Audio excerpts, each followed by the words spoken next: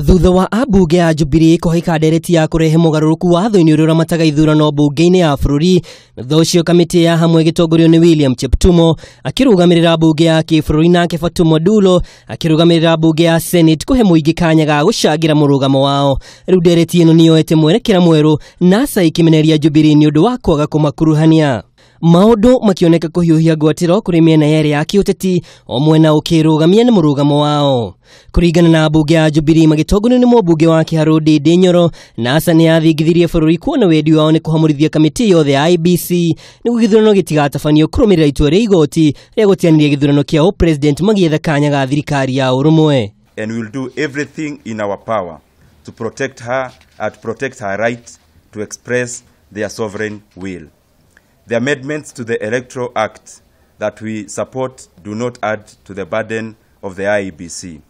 Quite to the contrary, they will ensure that we have a more transparent election in which the voter and her choice is supreme. No agĩtetera mendekithia maya, Ndĩndĩ nĩaugĩte kĩhonia nĩ kũhe maobitha IEBC hinya wa gũthaitĩra kĩhoto kĩa Akenya, kuona mũikari gĩtĩ wayo Wafula Chebukati no ekore atekũhota kũnyitanĩria mothe, na ũguo ti kuga kamĩtĩ ĩno nĩ ĩgũtithia wĩra-inĩ wayo. Good corporate governance demands that there is continuity in any organization, even if the leadership is indisposed. This principle runs across all organizations, including the High Office of the President of the Republic of Kenya. Our amendments make it possible for IEBC's work to continue uninterrupted should the chairman or any of the commissioners is indisposed. Mweneni wake mũrũgamĩrĩri wa atumia kaunti-inĩ ya Kirinyaga Wangũi wa Ngirici nĩateteire mendekithia maya akiuga nĩ njĩra ya gũthinga mahoro marĩa meyumĩrie cira-inĩ wa gũteanĩria maumĩrĩra mao president gĩthurano-inĩ kĩhĩtũku. As a matter of fact, the amendments only respond to the gaps identified in the hearing of the NASA petition by the Supreme Court.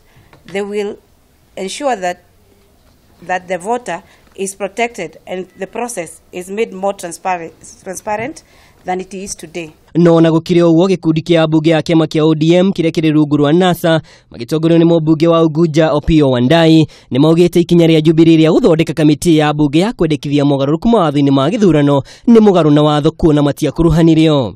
They went ahead and formed the House Business Committee, which as things stand we do not recognize. So as long as that House Business Committee does not have membership drawn from the NASA side, it is illegal.